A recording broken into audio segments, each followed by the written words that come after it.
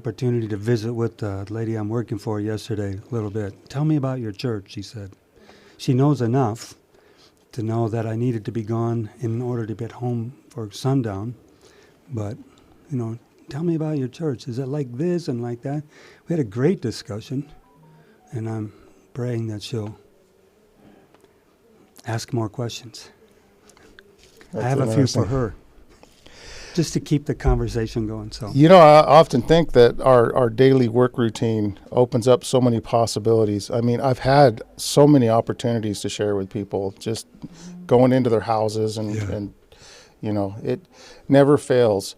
You have that opportunity to talk to them for 10, 15 minutes. And I don't know what it is with people nowadays, but their mind always goes to spiritual things. What's happening in the politics or politics or spiritual things, same thing. I can use both of those to kind of steer it the into. Mm-hmm. And people are pretty malleable. They like talking about stuff, and they're interested.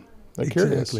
When we were growing up, we were told to stay away from those two subjects. Yeah, right? well, at the dinner table, no politics, no religions at the dinner table. Oh, is at the dinner table? Yeah. Oh, okay. but we're teaching the kids at the class that this is an opportunity to get in their homes. It's not just about fixing their HVAC. Exactly. It is. Exactly. It's an opportunity to get to know them. What a wonderful, awesome school. And so I think we're live. Anyways, welcome, folks. Welcome. My name is Kerry Martin. How's it going? Hey, Ben, how's it going? And welcome to Prophecy Montana this morning podcast. We have lesson number 8, Wisdom for the Righteous Living. Tom's going to be teaching a lesson this morning. And while you guys are at it, if you guys are on, go ahead and go to the comments, sweetheart. See if anybody's already joined us. And while you guys are here this morning, you guys may as well just hit that thumbs up and that subscribe if you haven't already. So, all right, Tom, we'll just hand it over to you. Okay, there is a park. Oh, shucks. All right, so I'm going to fix that little technical difficulty. I can still talk? Yes. I can talk? Oh, good. I read about a city that had parks, had a park, and people were allowed to, it was in Vancouver. This was in Vancouver, British Columbia, up in that area. I think it was Coquitlam. It was Coquitlam, that's right. And they had they have benches, and people sponsor a bench. Yeah. And what do they put on there? Their name or their... In memory of, right? In memory of, yes. In memory of, right? Yeah.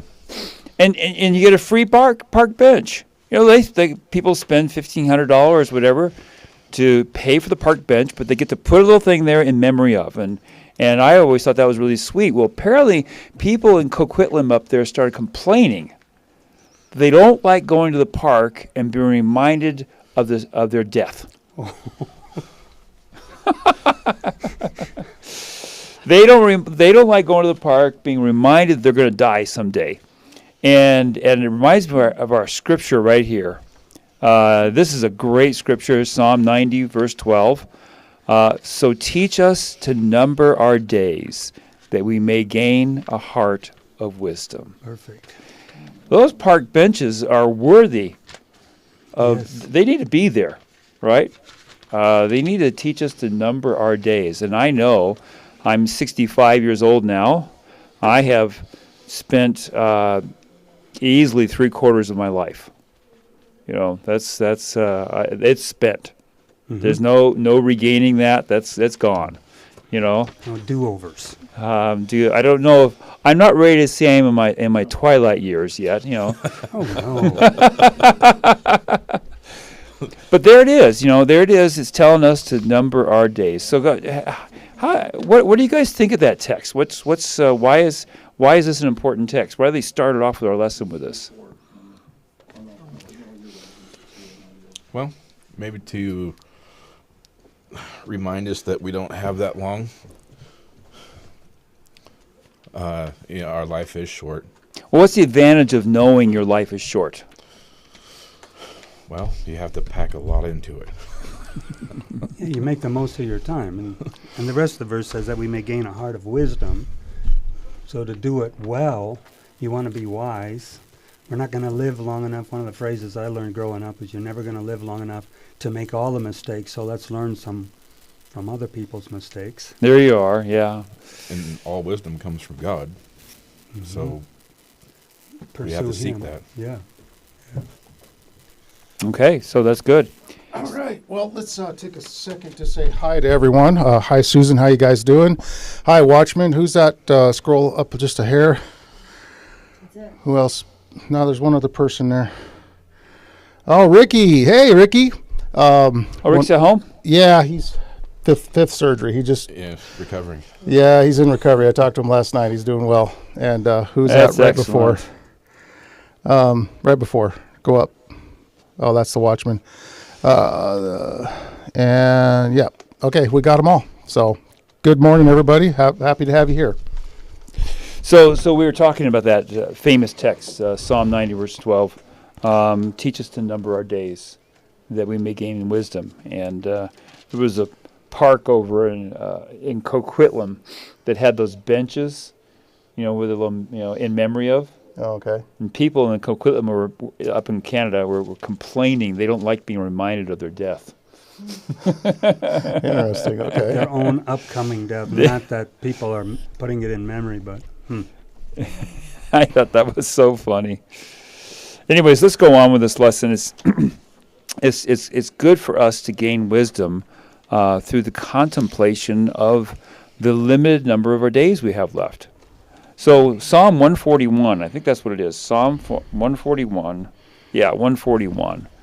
If you can find that one. Okay. I call to you, Lord. Come quickly to me. Hear me when I call to you. May my prayer be set before you like incense. May the lifting up of my hands be like the evening sacrifice.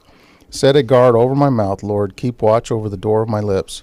Do not let my heart be drawn to what is evil, so that I take part in wicked deeds along with those who are evildoers. Do not let me eat their delicacies. Let a righteous man strike me, that is a kindness. Let him rebuke me, that is oil on my head.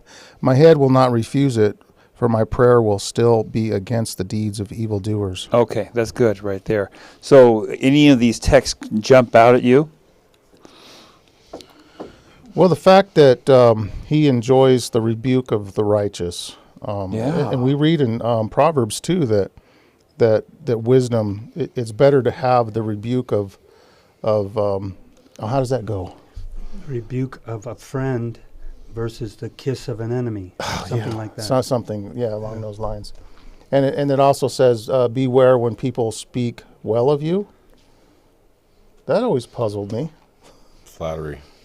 Yeah, so they're just trying to gain you. Yeah. But notice there it said, do not incline my heart to any evil thing. This is verse 4. With men who work iniquity. What's that? I went and looked up bad company on the internet last night. Of course, first thing I get a band. Yeah. That's what immediately popped up in my Google too. But bad company corrupts. How's it go? Bad company, 1 Corinthians 13. Oh, I don't have my phone with me. Oh, okay. Hang on. Let me pull up the Bible here. I'm not ready. I should have. Yeah, I didn't bring my phone. 1 Corinthians, I'm thinking 13. Got to find this now. Okay. Going from memory, danger. 1 Corinthians. Well, we're on a. 1 Corinthians what? 13, he said? Maybe it was 15. I'm trying to remember where it was. Okay. How does it kind of go? Bad company? Bad company. Just look up bad company in the Bible. So we're not looking up on the internet now. We're looking up bad company in the Bible. If you're looking at King James, it's it won't be there. It's New King James. I used to have a really cool, whatchamacallit,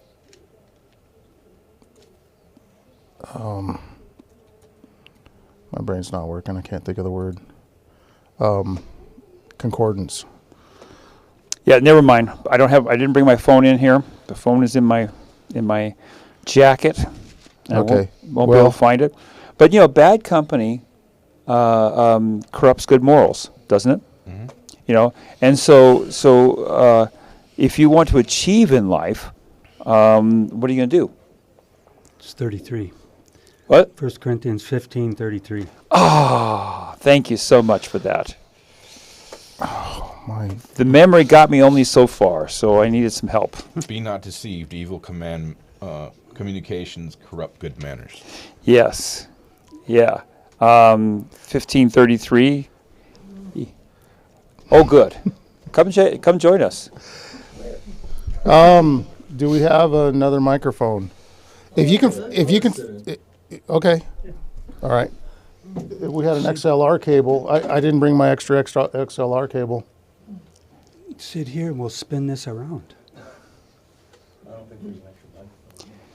Do not be deceived. Evil company corrupts good habits. Yeah. You know. Yeah, that's I love that verse because it just reminds us that we've got to really be on top of our game in the sense of who we hang out with. Yeah. You know. It reminds me of Serena's what she had the couple Highlighting. weeks ago. Be careful who your company is. You know, pick your team. Yeah. Pick your team. That's right. That's Yeah. right. In her sermon. Yeah, that was an excellent sermon. So pick your team well. You know, choose who you're going to be hanging out with, because that's going to determine your life. You know, who you choose to be with. Absolutely. And I had to make that decision as a young man, and chose going to church rather than with all my buddies. Amen. You know, and I got really good friends in the process. Okay, so we know that we need to count our days because we only have so many left, and we want to use those wisely. We want to be able to choose good friends. Let's our next text, Psalm 119. 9 through 16. It's going to be 119, 1 through 16. Okay. Oh, 1 through 16. Yeah, you're going to recognize. We won't have to read the whole thing. You're going to recognize the verse in there. That'll hit you good.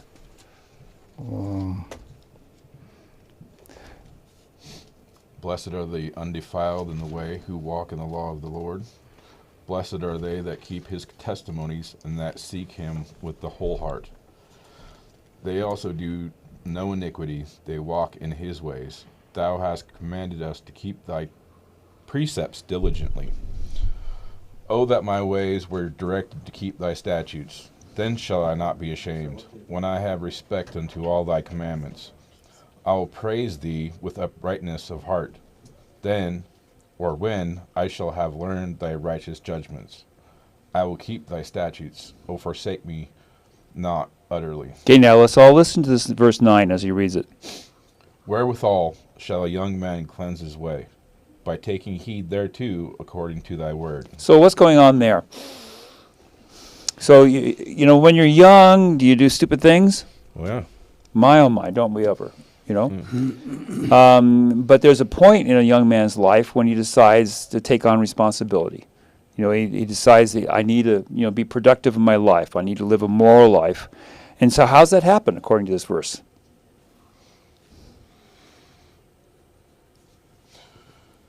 Follow the scriptures. Yeah, by taking heed to your word. And then notice Ben, read verse 10 for us also. With my whole heart have I sought thee. O let me not wander from thy commandments. So there's a generation today, and it's a generation, every generation. It was my generation back in the 70s. We don't like the restrictions that the law has. Don't like those restrictions at all, okay? So what are the restrictions that people are rejecting today? The commandments. Yeah, man, we don't even want to decide whether a man or a woman or, Yeah. restrictions. Yeah, There's nothing. in the UK, United Kingdom, more children are born out of wedlock than to a married couple. Yeah. We put idols before God. we have priorities that are our own rather than, what God has set forth for us in His commandments. We don't honor the Sabbath, honor your mother and father.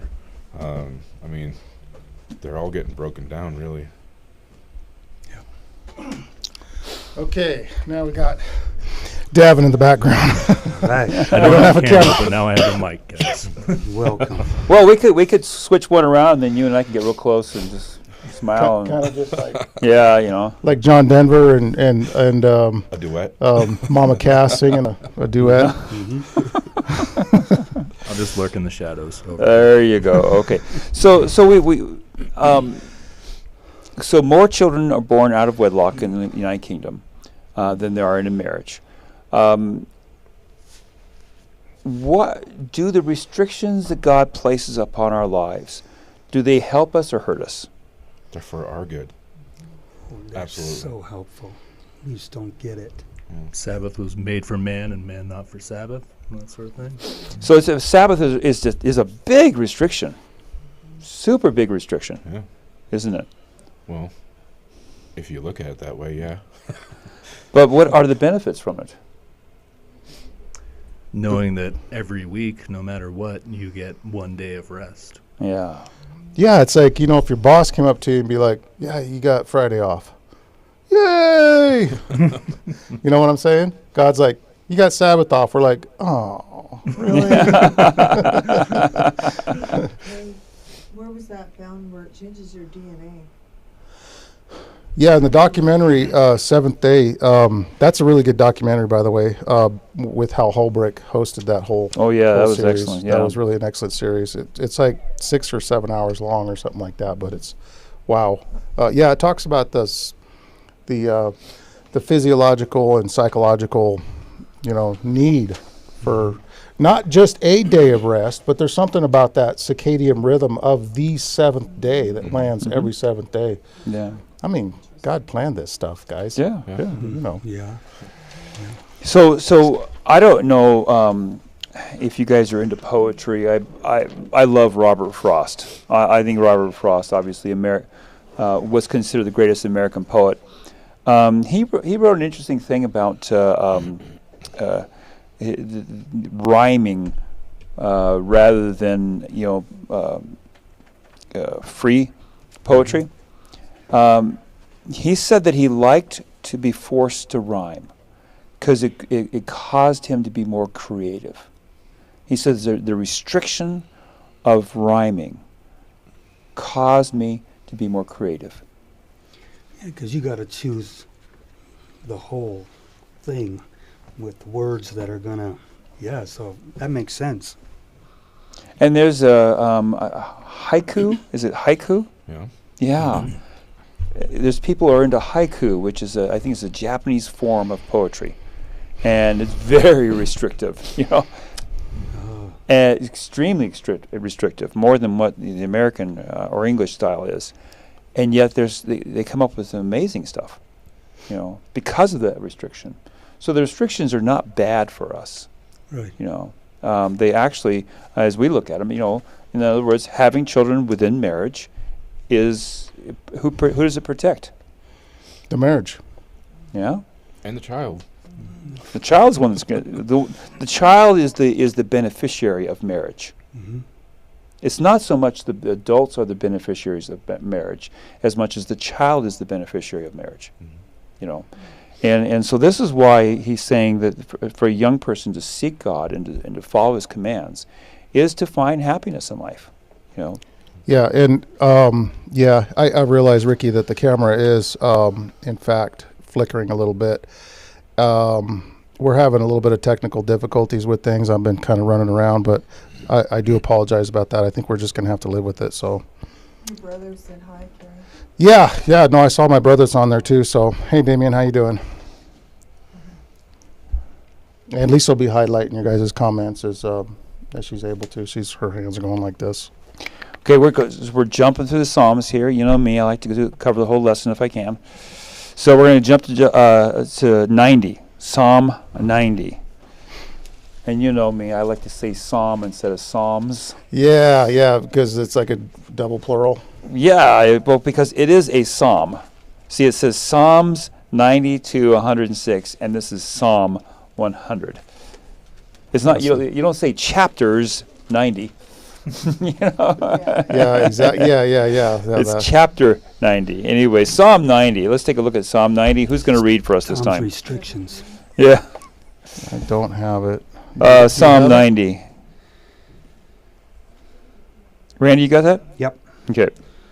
Lord, you have been our dwelling place in all generations. Before the mountains were brought forth, or ever you had formed the earth and the world, even from everlasting to everlasting, you are God. You turn man to destruction and say, Return, O children of men. For 1,000 years in your sight are like yesterday when it is past, and like a watch in the night, you carry them away like a flood. Okay, let's stop there. That right off the bat is kind of hitting me hard there. What does it mean here? That before the mountains were brought forth, or ever you had formed the earth and the world, even from everlasting to everlasting, you are God. What's it telling us about God? Eternal. Eternal. Yeah. God wasn't created. He always has been. Yeah. He's the creator. It's a long time. You know. Yeah, and I had a thought. I wanted to back up just a little bit and comment on the commandment part. You know, you're talking about restrictions. To me, the commandments are liberty, and if you read them like that, it changes the whole appearance of what, you know, because the commandments literally say, "Thou shalt not, thou shalt not, thou shalt not." But who's that saying it to?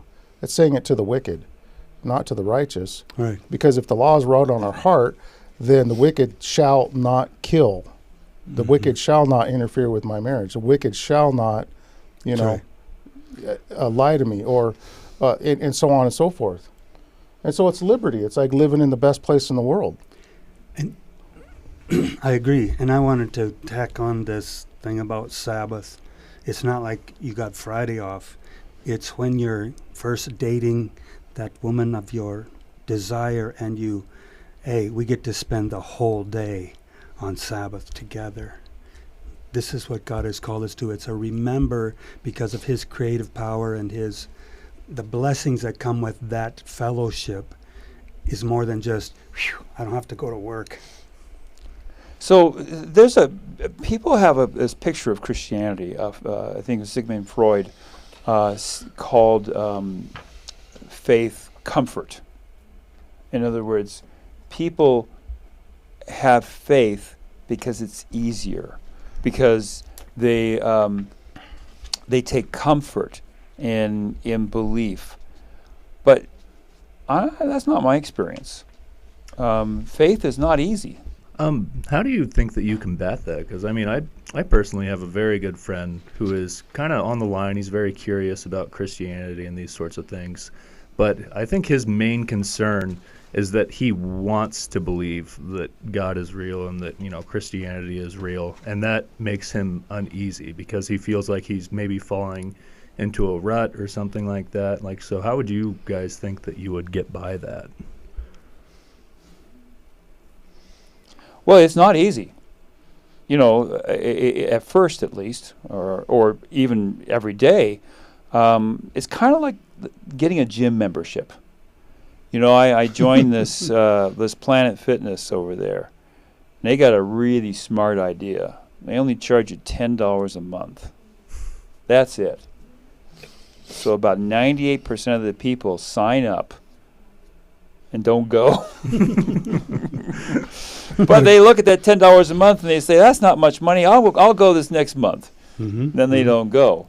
I go to that gym, and this is just a massive gym, and there's just there are 10 people over there, It's Christianity, if you follow it, it's effort. You got to work out this whole Sabbath thing with your employer. Next thing you know, you're giving. You just lost 10% of your budget, if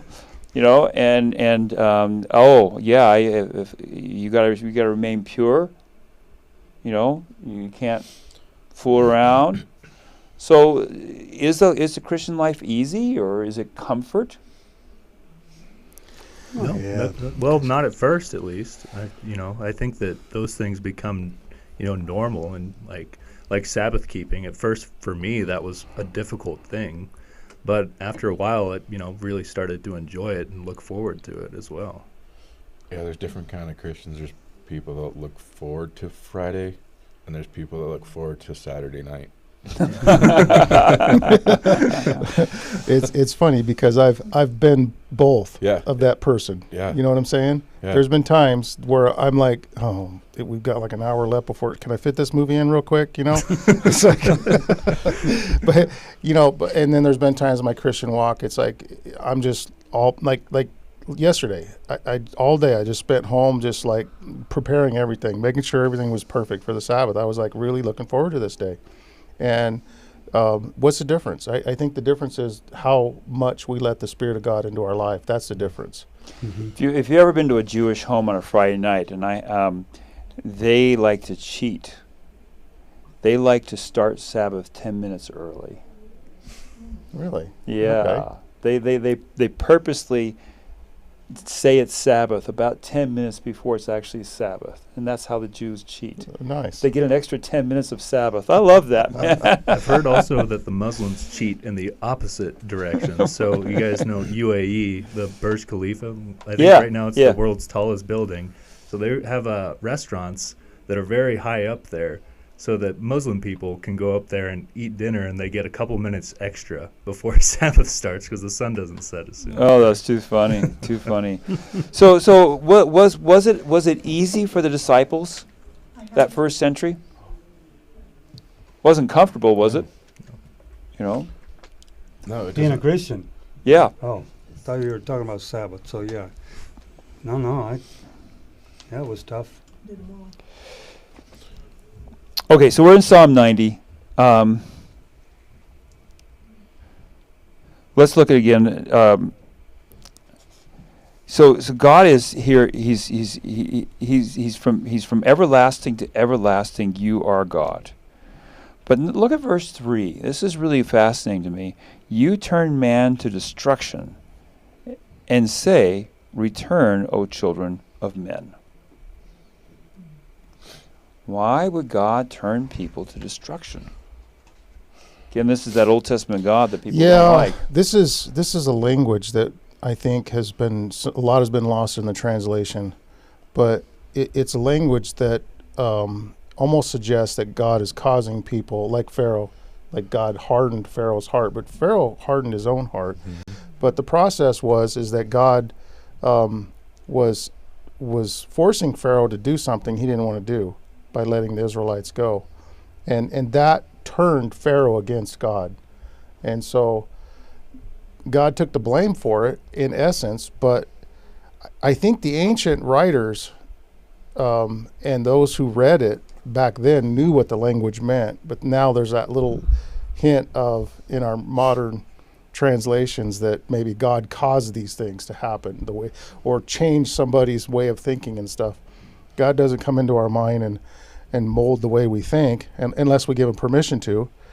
But when we reject God, that's when we actually form those hardnesses of our hearts. You know the old example of the sun shining on wax and clay. It's the same sun. The wax will melt, the clay will get hard. It's how we respond to what the sun is doing. Interesting. So I'm trying to understand what Watchman is saying about Ukraine. They act like if they are unlocked all these billions of dollars, they can just go somewhere and pay somebody for the ammunition they need, like it's a immediate action. Yeah, welcome to a country here that's in big discussion on Ukraine. There's, I don't know how to answer that one. But thank you, Watchman, for your comment. Well, I think so there's all this attention on Russia and Ukraine. I haven't not watched that interview with Vladimir Putin and I've not watched Tucker? it. I watched it. And Carl Tucker. I started to watch it, but I need to go back and watch it because he really lets Putin just talk. And then he explains later that Putin's not good at explaining himself because he lives in a country where he doesn't have to explain himself. Yeah. And then he gets he gets faced with some of these tough reporters, and he just bumbles. You know, like maybe one of us that weren't as I kind of thought it was the other way around. I think that Tucker Carlson almost tried to bully him a little bit, and like the guy I think he's just a good communicator. He's a politician, so you're not going to get much out of him anyway. And he just kind of controlled the interview, it seemed like to me, really. I mean, he spent, I think it was like at least 45 minutes talking about the history of Russia when Tucker never asked about it. And he kept on bugging him like, hey, like, what? Back to my question, and like he'd be like, oh, we'll get to this soon, like, and like in 1892, like he was just going through the entire history. He just kind of controlled the entire thing. I mean, people forget that he was he was the head of the KGB back in the day. Yep. He's an excellent communicator. He's an intelligent person. Okay. And I think he really. So I wonder why Tucker Carlson said that. I don't know. Yeah, that's a good point. That's a really good point. Tucker was embarrassed that he couldn't. Yeah. I mean, and he's the president. He's obviously in a dominant position there, the president in his country. Well, I think he wasn't like he didn't feel obligated to answer his questions directly. Absolutely. Why would you? Yeah. Like, why would he? Upset the West or divulge information that he didn't need to divulge? Like, I mean, Tucker was trying to get stuff out of him, and it didn't seem like he really wanted to cooperate there. The important thing, and Watchman is still mentioning Putin. I want to just get back to the Bible on this one because this Psalm 90 is just so powerful here. I want us to turn to verse 7, okay? For we have been consumed by your anger. Back to what I was talking about. And your wrath, we are terrified. You have set our iniquities before you. This is judgment now. Our secret sins in light of your countenance. Now here's the fantastic poetry of this author here. For all our days have passed away in your wrath. We finish our years like a sigh. Finish our years like a sigh. I'm so tired. I just want to go to sleep. This life is tough and rough life, and the days of our lives are 70 years, and if by reason of strength they are 80 years, yet their boast is only labor and sorrow, for it is soon cut off, and we fly away. How true, how true. So again, it starts off right in the beginning, what we read, where it talked about how we should number our days. Teach us to number our days, So what's this deal with here when it says, for we have been consumed by your anger, and by your wrath we are terrified. Again, doesn't sound like a very nice God. Why would he bring wrath upon us if we were following his commandments, though? Let me ask you this. See if you guys grew up in the same house I did. Wait till your father gets home. Who said that? Who Mother, said that in your home? I can hear the belt snapping right now. We had a belt also. So who Or said the spatula. who said that in your home? Mom. Mom said that, right? And why would you be afraid of your father coming home? Discipline. And why would your father discipline you? Because you've been bad. Because you've been bad. And You crossed that line. because It you've been was my brother. Come Yeah. on. He just blamed it on It me. wasn't me. No, Daddy, no. Sorry, it was a dog. Yeah. I don't know if my father looked forward coming home because there was 4 boys in our family. One of you guys was going to get it. One of us was in trouble. I think he just one of these days, can I just come home and let it be peaceful? So we can be terrified of God because we ought to be terrified of God because of our behavior.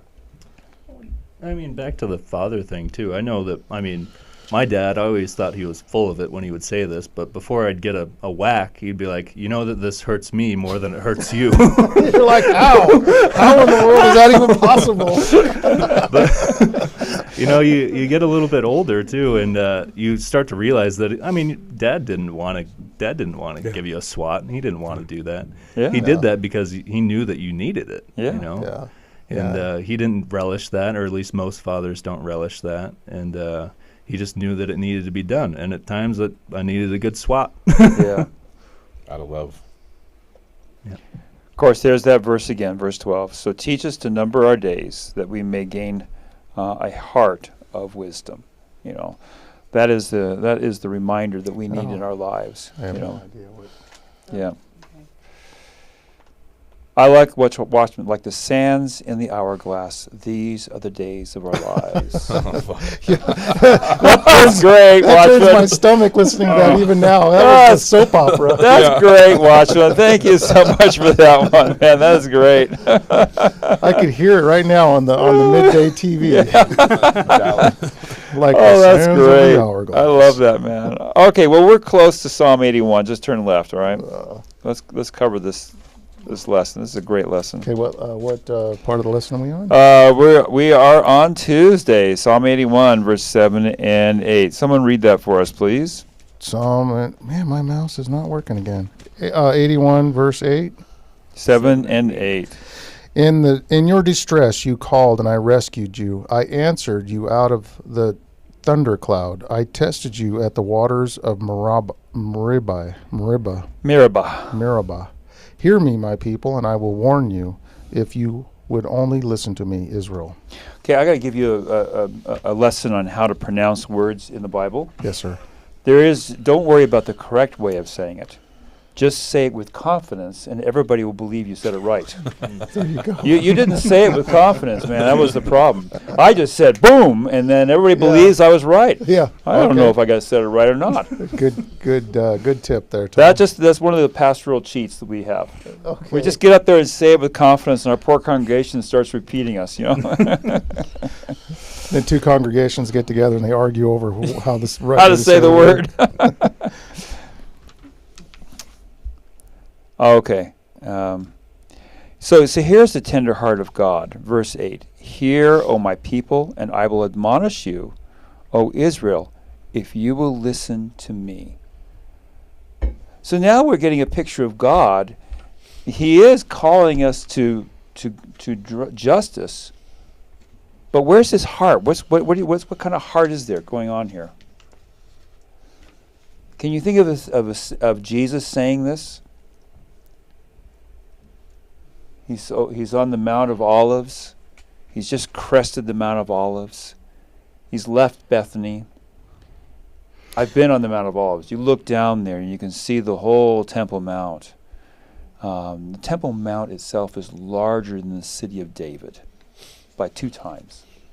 That's how massive is what they built there. He looks down there and he sees it. And what does Jesus say? O Jerusalem, How I wish I could have gathered you. like a mother hen gathers her chicks. But you would not. But you would not. Yeah. So God is not just, he is just, but he's also merciful, isn't he? And he was saying essentially, this hurts me more than it's going to hurt you.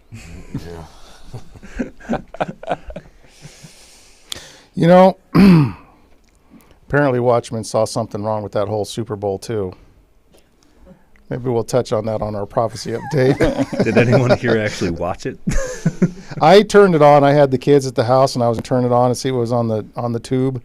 And I just, boom, there was a Super Bowl. And I didn't watch any of the lead up. I knew that Taylor Swift was dating one of the guys in the Chiefs, and that was about it. And then they had this photo finish with 3 seconds left in the game, and I said, fake! Phony, phony, phony. That was all made up. There's no way. Oh, it was a good game. I watched it. Was it? Yeah, I went to a Super Bowl party, and there was 7 of us there, and two actually wanted to watch the game, and the rest of us talked and ate chips. Well, the 49ers were up by 1 point, and then they ran it all the way to the end zone, and 3 seconds left. The who caught the ball? Was it Taylor Swift's boyfriend? No, No, no. it was somebody no else. namer. Okay, no namer. But he's big name now. I don't know it. Yeah, I'm sure he Yeah, is. that's. yeah. I have He no was idea on who talk anybody shows is. the That next quarterback was on point. I got to tell you. Yeah, yeah. But I famous think the for- whole thing was staged. Well, my son came in right after the game and he says, "It's scripted. The NFL is scripted." Oh, see, Really? yeah, and I'm not the only one. You're not the only one. It looks so fake at the end. Here's this guy that's been catching balls all night, and he's just out there all by himself, catches it, runs into the end zone. It's like, what? I don't know. I feel like anything where there's money at stake, there's people that are in the know and then people that aren't. People bet a lot of money on these things, and yeah, that just tells me all I need to know about it. I mean, people used to think that WWE was real. Remember that? It is? It isn't? Oh, no. Yeah, Watchman agrees with me. Yeah, it was rigged. And then Ricky says, "Sorry, Tom, I disagree with you." Ricky, tell Tom what you Oh, he says it twice. No, he just says it once. Well, tell Tom what you disagree with, Ricky. It's not unusual for Ricky to disagree with people. Okay. That's good. Well, Ricky, I go watch roller derby now, so what can you say? Seriously, I go to watch. Did you really? I watch. I used to watch that when I was a kid. No, in Bozeman, you can go watch roller derby. You gotta no be. way. Yeah, I didn't yeah, know Where do that. they do that? We don't have a skating rink. yeah. Shelley Spanning's husband participates in. He's a coach. Yeah, He's coach for roller derby. I know I so thought little. that was my grandmother used to watch it when we go to her house. That was on, and grandma's in there. I looked at her like, "What?" And it's, anyways, I won't get into roller derby. Why I actually like it. You guys gonna really never thinking good of me after this one. But I actually liked it. I liked it as a kid. I like it now. Oh, how funny. Anyways, let's get back I into the like Bible. I like the way it stirred up my grandma. Yeah. So, anyways, 95, Psalm 95. All right, let's go to verse 7. For he is our God, and we are the people of his pasture, the sheep of his hand. That's just fabulous. To get some comfort with that one. And can you read verse 8 for us, Ben? Harden not your heart, as in the provocation, and as in the day of temptation in the wilderness.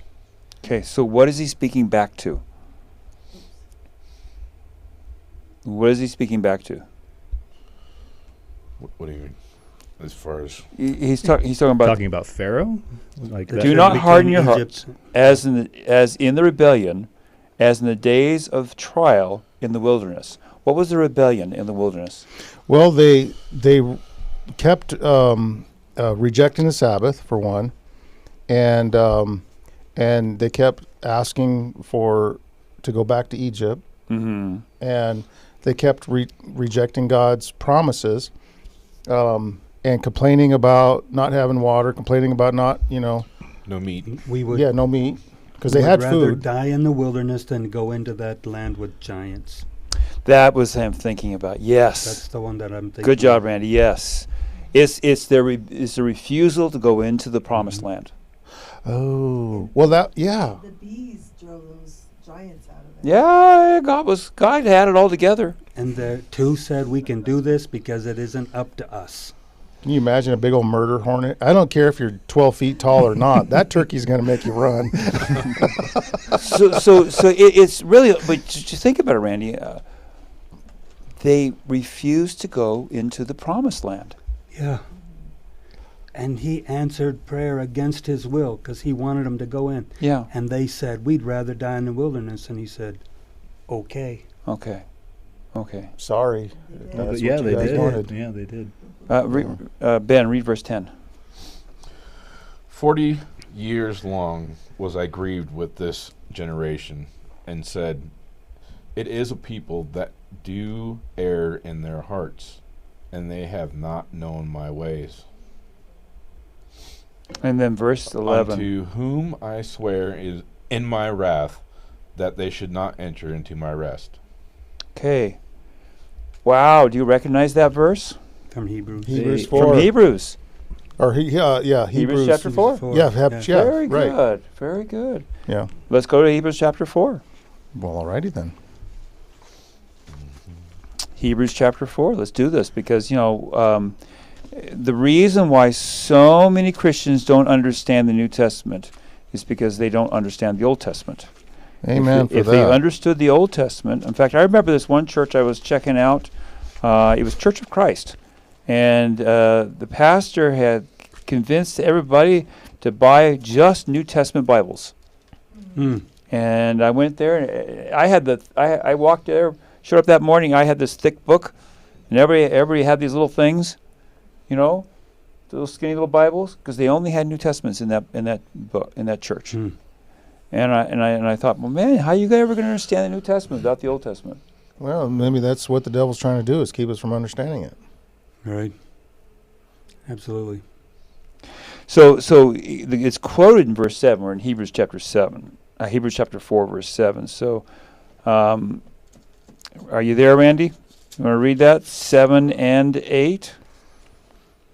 Again, he designates a certain day, saying, in David, today, after such a long time as it has been said. Today, if you will hear his voice, do not harden your hearts. For if Joshua had given them rest, then he would not afterwards have spoken of another day. And what's that? Look at verse 9 now. There remains, therefore, a rest for the people of God. That word actually means a Sabbath for the rest, for the people of God. So there... And of course, the argument is this is only for Israel. Yeah. Mm. No, I don't get that one. Yeah, It's just people of God. That's a very Traditional defense yeah. from Sunday keepers. Mhm. Well, look at verse 10. Go ahead and read verse 10 for us. For he Go ahead. for he that is entered into his rest, he is also has ceased from his own works as God did from his. Ooh, it's going back to creation. Going back to creation. So let's go back to creation. Now the seventh day is points back to creation. Now, if you're not a creationist, then I can understand why you wouldn't want to keep the Sabbath. But if you believe that we have a creator, I'm listening to a fantastic book on that right now, Return of the God Hypothesis. Fantastic book. But if you believe, we're in Genesis chapter 1, verse 31.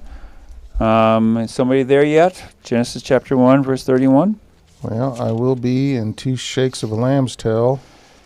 And God saw everything that he had made, and behold, it was good. And behold, it was very good. And the evening and the morning were the 6th day. So at the 6th day, he's done. He's done. And then chapter 2, verse 3. Chapter 2, verse 3. Oh, verse 2 and 3, yes. Hang on one segundo. Chapter 2, verse 3. Chapter 2, verse 2 and 3, yeah. And on the 7th day God ended his work which he had made, and he rested the 7th day from all his work which he had made. And God blessed the 7th day and sanctified it, because that in it he had rested from all his work which God created and made. Okay. So God rests from his work, and he sets aside the Sabbath, okay? Now, who is the Sabbath made for? For man. Man, right? And let's go over to Exodus chapter 20. Exodus chapter 20. Okay. Just in case you're wondering, back then, how many Jews were there on the earth back in creation? None. None. There were no Jews back then, okay? Well, wait a minute. No, there were no Jews, because this is Israel, or this is the Israelites. Or wait a minute. Back in creation, there were no Jews, because Jews didn't start until Abraham. Yeah, back in creation. Yeah. But Exodus 20, there were. Exodus 20, but just in case God makes sure that you understand who the Sabbath is for. Okay? Randy, are you ready to read? No, I'm not there. Sorry. Okay. I was reading something else. Exodus 20, verse 8. Who can read? Remember the Sabbath day. Go ahead, to Ben. Keep it Yeah. holy. Okay. You got to read verse 9 and 10. 6 days shalt thou labor and do all thy work.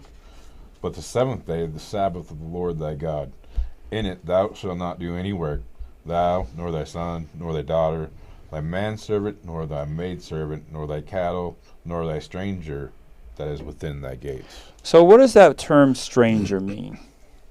You all know what that means? That would be pretty much anybody. That's goyim. That's the Hebrew word goyim. Or actually not a Hebrew word, but that's what the Jews call a Gentile, goyim. Okay, the stranger is the Gentile. Okay? So who is the fourth commandment, the Sabbath commandment for? Everyone. Jews and Gentiles, the strangers within your gates. Exactly. It's the one commandment out of the 10 that clearly states it's both for Jews and Gentiles.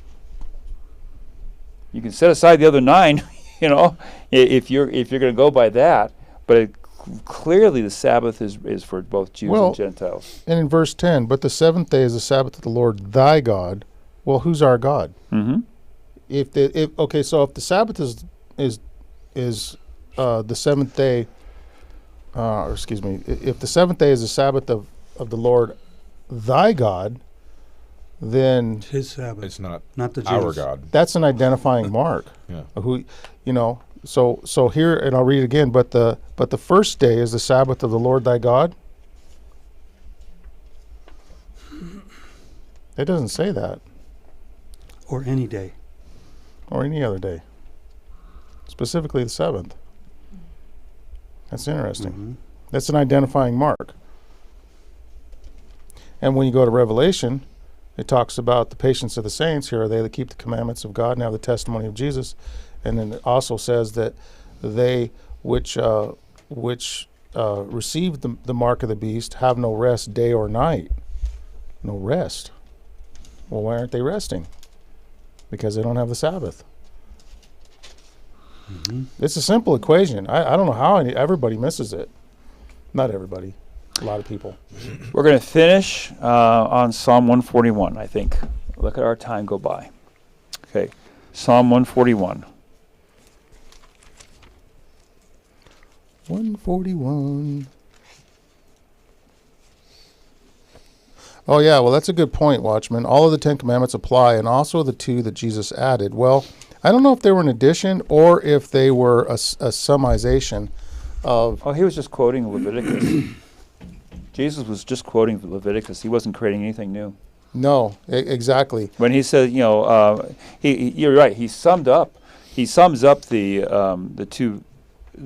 10 Commandments into 2, but he was not saying anything new. He was quoting out of Leviticus. Well, yeah, because... Oh, go ahead. No, you go ahead. Oh, I had a friend. Actually, Deuteronomy. Sorry. I had a friend that actually used those new 2 commandments as an excuse not to keep the Sabbath or to ignore the old commandments.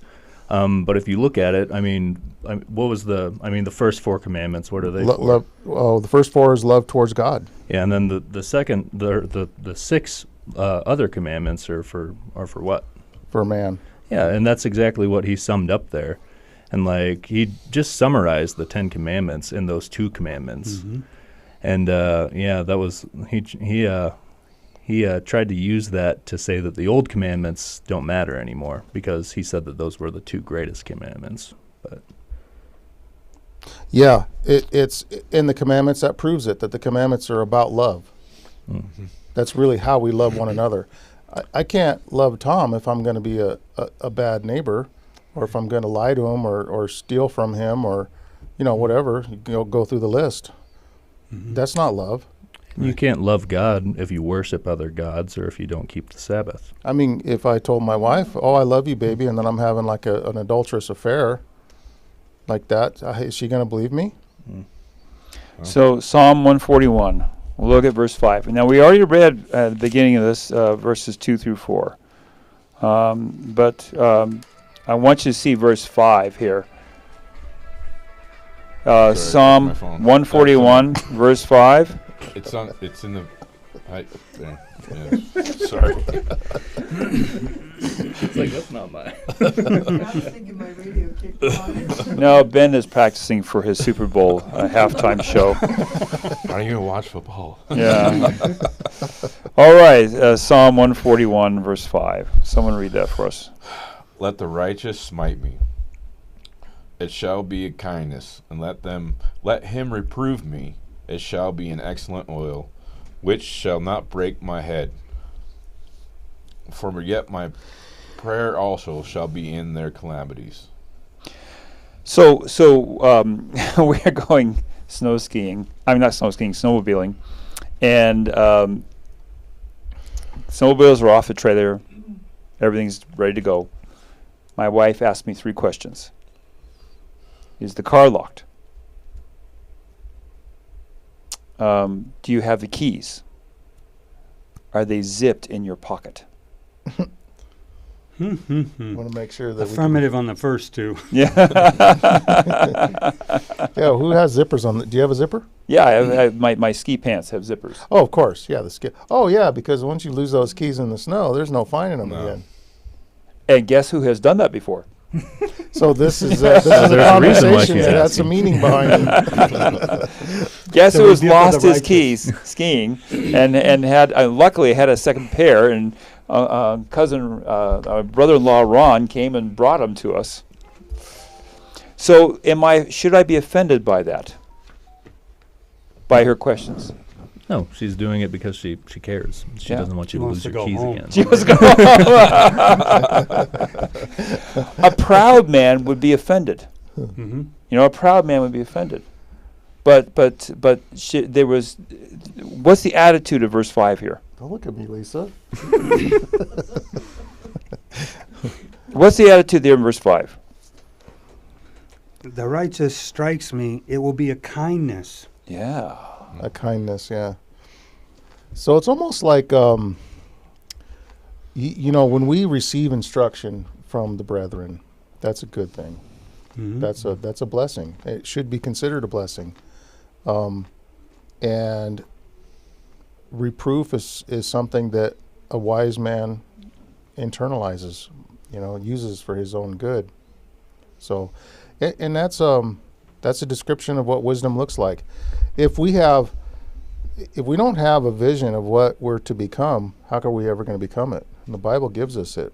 So how can anybody be a Christian without knowing Jesus or reading the Bible? How can they know Jesus without reading the Bible? Yeah. How can they know anything about anything without the Word of God?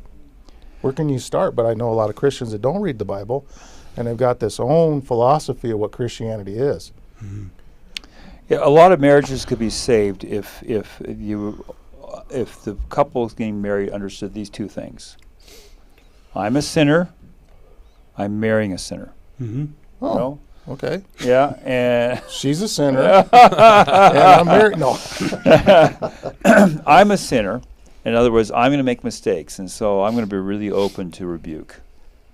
You know, and my wife is sweet about it. You know, so I'm going to be open to rebuke, and I'm also going to be showing grace Yes. to the one I married. That's why accountability is such an important word, but we look at it so negatively. Well, I'm ready to make you accountable, aren't I? Yeah. But if I want to be the best person I can be in God's leading, then I'm going to trust the brothers to come to me and say, something doesn't look right here. Well, you know how it is. I mean, when other people are doing something wrong, it is crystal clear what they're doing wrong. Yeah. But as soon as it's turned back on me, I'm blind as can be. I can't see nothing. So I'm at the intersection, and the funniest thing happened. There was almost a pileup. This lady was crossing the intersection, and the car over here wanted to turn right, and turned right in front of her. So she got angry at him, and so she whipped over to the left lane so she can get in front next to him and let him have it. But she cut off somebody in the process of doing that. Oh, the good old road rage. Oh man. Anyways, Oh. your time is almost gone. Yeah, I'll we give you a minute have left. just a little over a minute. And anyways, guys, that gives you guys enough time to hit that thumbs up and subscribe if you haven't already, and share these videos. We have an expert, if you will, a professional SEO expert working on the channel right now. So hopefully it's going to increase the visibility of things. He's from Bangladesh. And shout out to Hyde Roy if he's watching this, which he's been watching all the videos to be able to properly put the right search words and stuff in there. So very grateful for him and the work that he's doing. He's actually, for the money that he's costing, he's doing a tremendous amount of work, because I've done the work myself and I don't know what I'm doing, and I struggle and I struggle and I struggle, and to have to research all of the different, key words to be able to put them in there to make our videos to be able to be found is actually something that's really impressive to me. So with that, keep us in your prayers, folks. If you guys have any prayers, put them in the comments down below. And Ricky, we're so happy that you're sitting here watching the program with us and that you're feeling better. I'm going to give you a call tonight, and you guys keep your prayers up for Ricky as well. With that, thanks to everybody. By the way, I just want to mention everybody's names here again real quick. Tom, We're done. There you go. Ben, Randy, guy. and Davin's in the background, and Lisa's running the switchboard. That's it, folks.